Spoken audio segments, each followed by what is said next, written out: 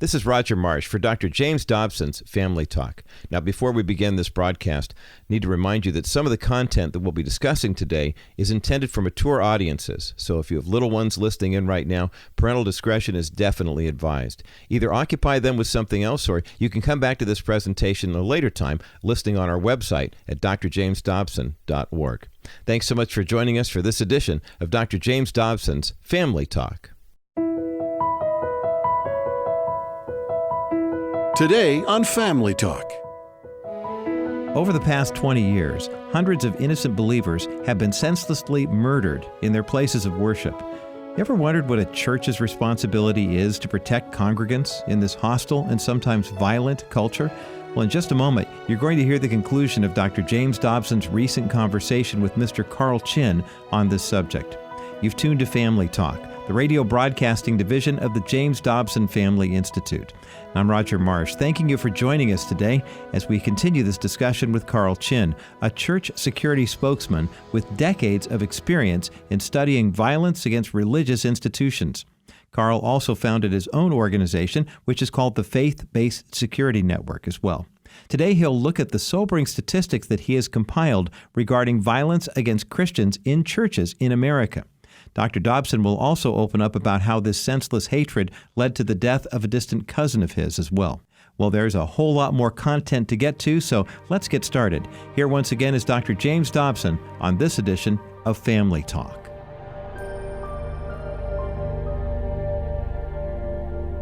You mentioned several times yesterday about developing a plan. That's right. What is the plan? When you come and speak, you tell people they've got to have a plan. Yep. What does that mean if not carrying guns? I break it down real easy for them. At the end of my speech, I tell them I'm going to give you three things you need to do. Number one, appoint the right people.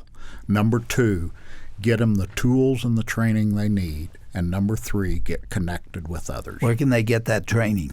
It's available at multiple places. Just about any community has somebody there that does self-defense training, who does security training.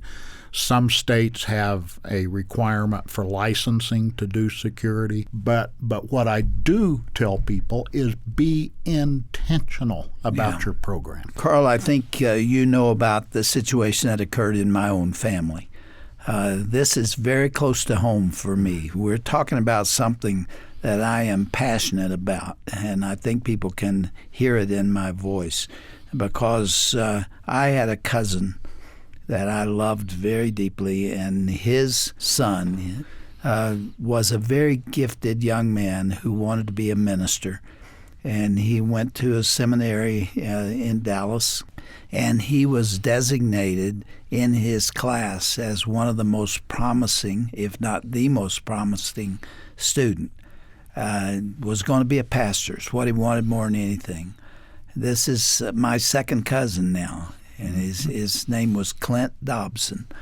And you know about this story. I sure do. He was on the staff of Arlington Baptist Church, and that's a very prosperous church, a wonderful church there in Arlington, Texas. He did so well there that they set him up in an inner city church, a very small little church in a bad neighborhood, to see if he could reach out in love to the people there and introduce them to Jesus Christ. He had a secretary. There's only two members of the staff. And the neighborhood was so dangerous that they had to lock the door, because they couldn't just allow anybody to come in. There's a lot of drugs and a lot of violence going on around them. And one day they were together in that church, and the door was locked, and somebody knocked on the door. And the secretary, without thinking, went and unlocked the door and let them in. And two men came in, violent men, who put a plastic bag over my cousin's head and suffocated him to death, and then beat the secretary nearly to death. She was in the hospital for weeks and weeks, and even to this day cannot remember what happened on that day. And what did they want? They wanted money from a little missionary church? Right. Are you kidding? Right. They don't have any money. Right. And they committed murder for nothing. I don't know whether they got a few dollars, but they got virtually nothing. And then they left and they went to a fast food restaurant and they were bragging about it. Yeah. They were talking about what they'd done, and the waitress heard it and called the police and informed the police that there had been this incident. They came and arrested those two guys, and they were charged, and they, I suppose, are still in prison. No, they will be probably for the rest of their lives. But there's an example of it. A good young man, I think he was in his early 20s, married, lovely wife, and he wanted to serve the Lord more than anything else and was giving his life in an inner city setting, and he was senselessly suffocated. Yes. And yes. I went to the funeral that day in Arlington, Texas, and you visited that church, didn't you? I did. There was nobody there the day I visited. I went down a few weeks after he had been killed, and I just wanted to see the church. And, you know, Doctor, it was senseless in so many ways. Just a little bit of awareness training could have stopped Miss Judy from opening that door. Yeah, that was her name. Yeah, Judy Elliott. And, you know, she was horribly maimed. Oh, my goodness. And you're right. As I understand, to this day, she still has no recollection of the attack itself or that day even. But, you know, you mentioned a while ago the research that I've done in this, and I started studying deadly force incidents on January 1st of 1999, and have seen many since then. I've counted over 1,700 deadly force incidents that have occurred on faith-based properties in the United States. And a deadly force incident, I have a publishing policy that I put out to media when they say, you know, what's your criteria? I've got a policy that I put out to them. But it's basically anything that has the potential or realized homicide or suicide. It's a deadly force incident, and there's been 1,700 of them in the United States. I only track United States. I don't even get out of our borders. And of those 1,700, 479 of them were actual murder events. And since many of those murder events had more than one victim, we've had over 600 murder victims. And then you add the suicides and the people who chose a church as their last stand against law enforcement. We've seen 813 violent deaths at church properties since January 1st of 1999. And of those, 60% occurred during non-event times, just like with Clint, during the week. People look at a church and they think, well, they got money. They got lots of money. Let's go in there and get it. Or various other things that cause them to go on the attack.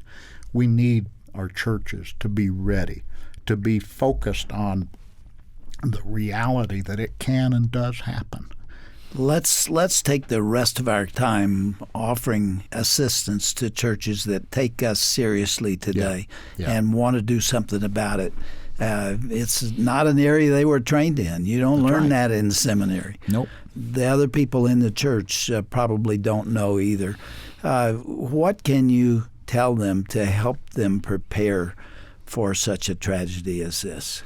Well, when I mentioned earlier getting the right people, selecting the right people to manage your team, what I mean by that is You're talking about finding somebody with experience? I'm talking about experience or at least desire. I mean, some churches in a small church of 100 people, they don't have the opportunity always of having law enforcement in their audience. You're not talking about getting the youth pastor, give him a gun and saying, protect us if anything happens. I'm talking about somebody that has protection in their DNA. And I want to illustrate that by a story you may have not heard.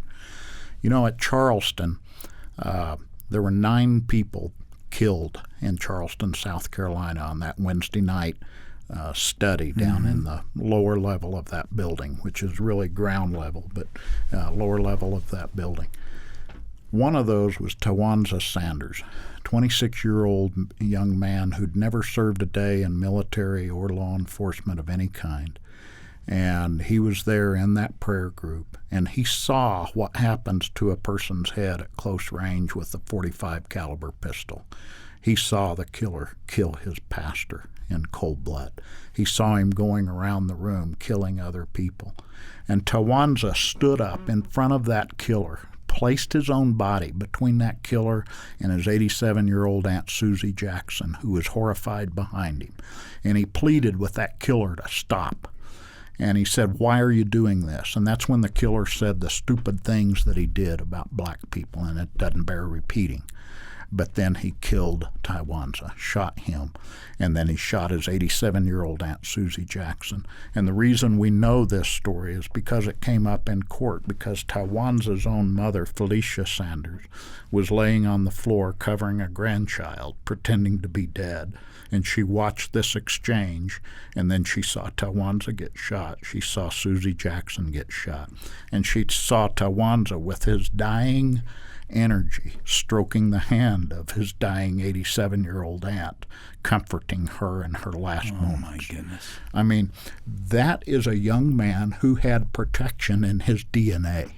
And every church has people in the audience, in the pews, somewhere, who is they're a grandfather, they're a young man, they're a grandmother, they're somebody who has the heart of a lion. And Tawanza Sanders had the heart of a lion. He didn't know it till his dying day. But he is a model of what exists, I believe, in every church. So just because you don't have law enforcement or military in your audience doesn't mean you don't find out who's got that protection in their DNA. Then get them the tools and the training they need to be able to recognize danger and to deal with it correctly. Carl, we mentioned before that you are president of the FaithBased Security Network. People are contacting you from all around the country. You have materials, you have suggestions, you have training. Yes. What is the primary objective of that organization? The primary objective of the Faith-Based Security Network is to bring together the security operators and their law enforcement peers across the country into a unified membership association. It's member-owned. I have done a complete mind dump of everything that I've studied in the last 20-some years. I've given it all to this ministry. It's not the kind of thing that of our 5 wonderful children, you've got to have a unique passion to want to do this. Yeah. And it's not the kind of thing, I'm not building an estate here. I wanted to be able to pass off everything I've done to the people who really need it. And the people who really need it are those faith-based security operators. They're invested in the security and safety of people. And they'd take a bullet for you. They would take a bullet for any one of them, even somebody that they disagree with.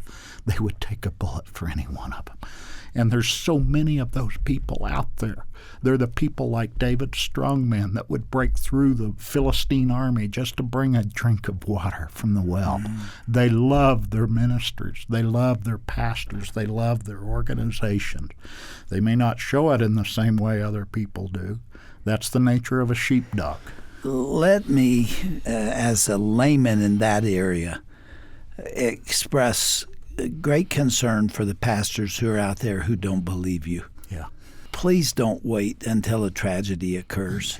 I've been close to this kind of event unwittingly a number of times, and I've seen it increasing in intensity. But back in the, I believe it was the early 80s, I had a very, very good friend, Phu Cong Lee, who was a pastor. You're shaking your head. You ever hear of him? Phu Cong Lee was a very, very close friend of mine. I never knew that. He was a Chinese man. He was an associate pastor at the Chinese Baptist Church in Los Angeles.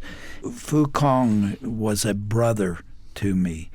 And somebody in his church got mad, apparently at some counseling that he had been given. He was a schizophrenic.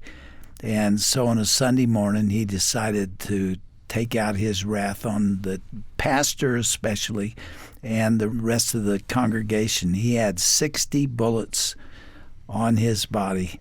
And during the service, in front of Phu Cong's own children who were in the choir, he walked up, killed Phu Cong, killed the pastor, and then began walking up the aisle with 60 rounds of ammunition, intending to kill people. And he had a list of those 60 that he wanted to kill. And there was an off-duty policeman sitting there, and he had his gun, and he crawled around the edge of the pew and yelled at this man. He turned around, and the policeman killed him. Mm-hmm. But I'm telling you, that tragedy touched us all. Mm-hmm. It touched that church. I went to the funeral, and they were lined up for 2 blocks to get in there and tell his wife and family how much they loved Phu Cong and how much he loved them. He was a passionate pastor. He loved people. And to kill him was, it's a tragedy to kill anybody, but a man like that with a family and that was a giver of Christ's love, that's all he really wanted to do. And I just grieve over him today. Yeah. But that's one of the first examples where somebody in the audience used a firearm to stop further killing. It wasn't an intentional security team.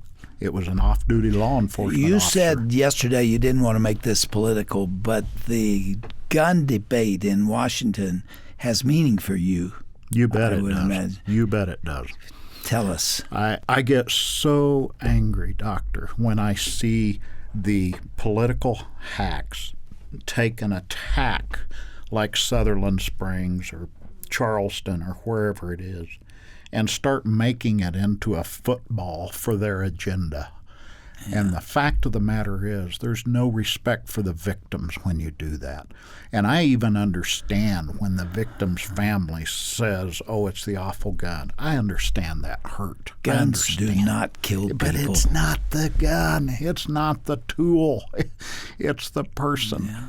And, the statistics that I keep, yes, most of the people that are murdered by a gun, but 40% of them are murdered by other means. Your cousin Clint was a plastic bag. Yeah. And it boils down to this, Doctor. There are 3 things that result in a crime happening. Number 1, it's intent. Number 2 is capacity. Number 3 is opportunity. And let me explain those.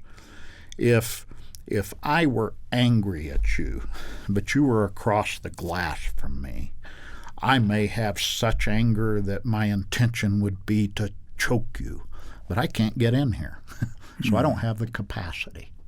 But if you've got intention and capacity and opportunity, you can commit the crime. Now, capacity is that thing that says, do they have the tool? Do they have the means to make good on this attack? That's capacity. Intention is, do they have the intention? Are they planning on this? We don't have any control over intention or capacity. We as people, you can pass all the laws you want to pass, and if they can't get a gun, they're going to get a plastic sack. Yeah. We don't really have control over capacity. We don't really have control over intention. We can't judge when evil enters a person's heart and they come back 4 years later mad because of an injury. We don't have control over that. We have control over the opportunity. And that's all we're doing is taking that opportunity away from these attackers. Well, the way I feel about it, Carl, is that it's the innocent person that we want to protect. That's right. And they're defenseless unless there is a means to confront a killer like this. Right. We really want to take away that opportunity to defend yourself? Yeah. The Mormon Church just passed a edict, or whatever they call it, where they won't allow any of their protectors to carry a firearm in their churches or whatever they call them. And you look back at the attacks that have happened in Mormon churches, the new rules they put through are nothing but political. It wouldn't have stopped one single one of the violent attacks on Mormon congregations, and there's been many of them. They didn't do one solitary thing that would have ever prevented one single one of those. And they call it no-gun zones. Yeah, it's a no-gun zone now. Yeah. And it didn't do anything.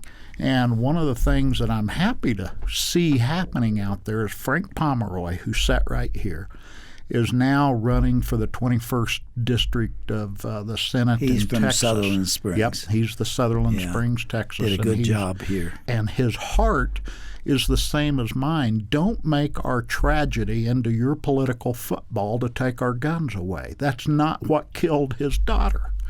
And he is qualified to speak on that. Yeah. He lost his daughter, 5 of his 6 deacons, many of his best friends. And he recognizes it wasn't the gun. Yeah. It's not the tool. It's the hatred. And I believe we have a serious problem with hatred. The true hate is hatred of God. Yeah. It's a spiritual matter. It is. It is. Yeah. Franklin Graham wrote a great piece in 2017 called Hate What God Hates. And I have it stored on my computer. I read it once in a while. He is spot on. He is spot on. And the source of so much crime in our country is this underlying hatred of God and morality. And you mentioned Bob Vernon a while ago. Bob Vernon said something that I loved. In his book, L.A. Justice, he wrote, "When wrong is defended, when right is attacked, the pillars of social structure crumble and fall." That's it. He nailed it. That is the problem of the root of evil. Our guest for these 2 days has been Carl Chinn, my great friend. As we indicated last time, I've known him for many years because he used to work at Focus on the Family when I was there. And he's gone on to write this book called Evil Invades Sanctuary, The Case for Security in Faith-Based Organizations. He's a resource to you, to the pastors who've been listening and have recognized that they need to do something to protect their congregations in their church. Carl's organization, which he's president of, the Faith-Based Security Network, is one of the resources that you can reach out to. Carl, in closing, tell us how they can reach you. The website is the best way. That's www.fbsnamerica.com. FBSN is short for Faith-Based Do you Security get back Network. to people who call you? I try to get back to everyone. I've got some of the same issues you did back in the 80s. Well, I still do, believe it. It's hard. But yes, everybody will be contacted back. Sometimes it takes me a lot longer and than you I have want. materials and you have training. We do. Most of all, we've got a membership association where when they get in it, they're in a group of like-minded, vetted people. Pastor, I said it before, speaking to those in our listening audience. Don't live with the regret of failing to do something to protect your church. Don't come down to that moment when you are faced with the responsibility for not taking the steps that are available to you. I hope that these last 2 days will be useful in mobilizing the church, helping at least to develop a security network and a plan. That is your heart's cry, isn't it? That's right. That's right. Be intentional. Thank you, Carl. I'm sure you've saved some people today. Well, we'll give the glory to the Lord.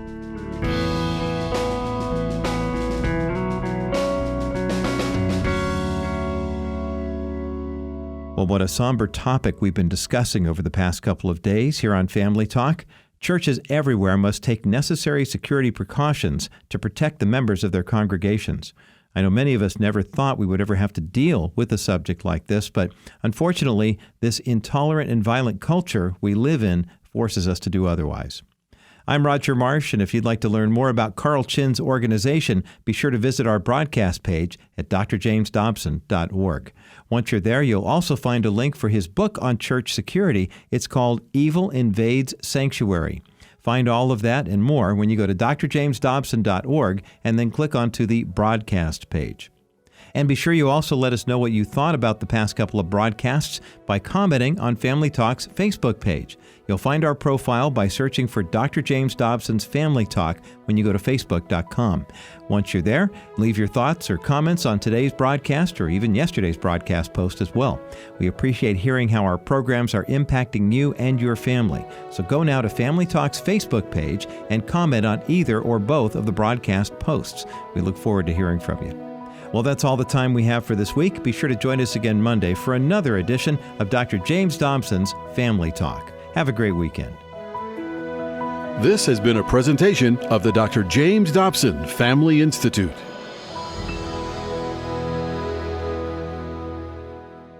This is James Dobson again. As we close today's program, I just want to thank so many of you out there who make this broadcast possible with your contributions. And I want to tell you how much your generosity is appreciated.